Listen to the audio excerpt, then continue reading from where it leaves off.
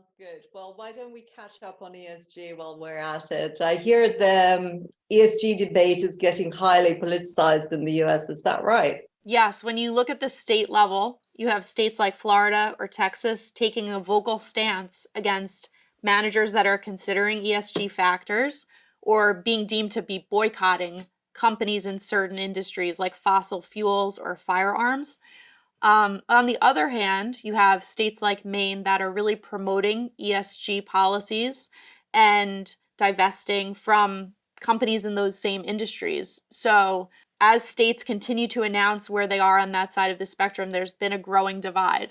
What about in Europe? What has the dialogue been like there? There is a strong interest among European institutions in ESG focused strategies.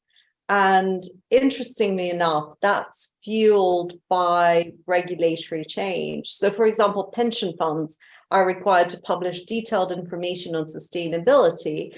And that includes the ESG focused investments that they make. Another recent rule change requires private wealth managers to assess sustainability preferences of their clients and take them into account when recommending investments.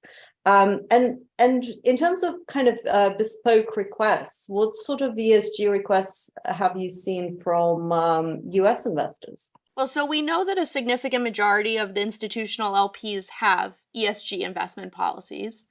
We've seen ILPA publish its ESG assessment framework that largely focuses on soliciting information about both DEI issues and climate risks and opportunities. We do still tend to see that investor requests for either custom mandates or side letter provisions are really based on, a tailoring of the investment program that's specific to that investor's policies. We really haven't seen regulatory change that's driving towards a uniformity of what types of sustainable products are offered. I see. So that's very different from Europe. Anecdotally, at least, there's a growing demand for funds that are marketed as having sustainability credentials, and preferably one of these EU green labels. I mean, we have seen that too here, in that European managers have sought to distribute sustainable products to US investors. I think for US managers, there's a bit of a concern about the scrutiny associated with being seen as creating something that's greenwashing. And part of that may be because you have more of a labeling regime that investors can look to in order to classify investments, which is very different from our current regime here. Yeah, I see what you mean. So, for example, in DDQs from European investors, it now seems to be standard to ask about the fund designation as Article 6, 8, or 9. So 6 is just a baseline disclosure. Whether the manager integrates ESG into its investment process or not. And if not, then they have to explain why not. And 8 and 9 are labels for semi-green and green products. Article 8 funds promote some environmental social characteristic, and Article 9 funds have sustainable investment as their objective. The ESG analysis that managers do in response to investor requests tends to be at two levels, right? You have the fund and its investment activities, but you also have the manager and how it operates its own business. And so we have seen challenges in coming up with policies that are appropriately tailored to the nature of the organization and the size of the organization and its strategy, right? There's really no good off-the-shelf solution for that. Yeah, we've seen similar situations crop up with off-the-shelf policies and also ESG consultants. ESG consulting is now a thriving industry in Europe. So we've seen ESG consultants not only helping managers to develop their ESG policies, but also assisting with collecting and analyzing demographics data that's used in response to DDQ questionnaires.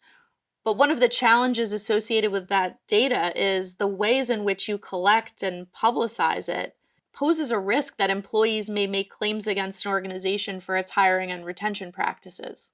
That does sound challenging, but speaking more generally, ESG can, of course, mean different things to different people, which is why European regulators are pushing so hard to standardize the definition of sustainable investment, which is now linked to this scientific taxonomy of activities that are meant to be environmentally sustainable. And that in turn links to a specified disclosure regime.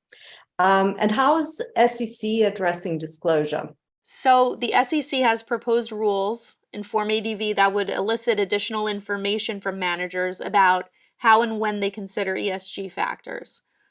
What's a bit ironic about these proposed rules is that they're easier to comply with if you're an impact manager that's focused on a single issue, and they would be a bit more onerous to comply with if you're a manager that has more flexibility about when and if you consider ESG factors in your investment process.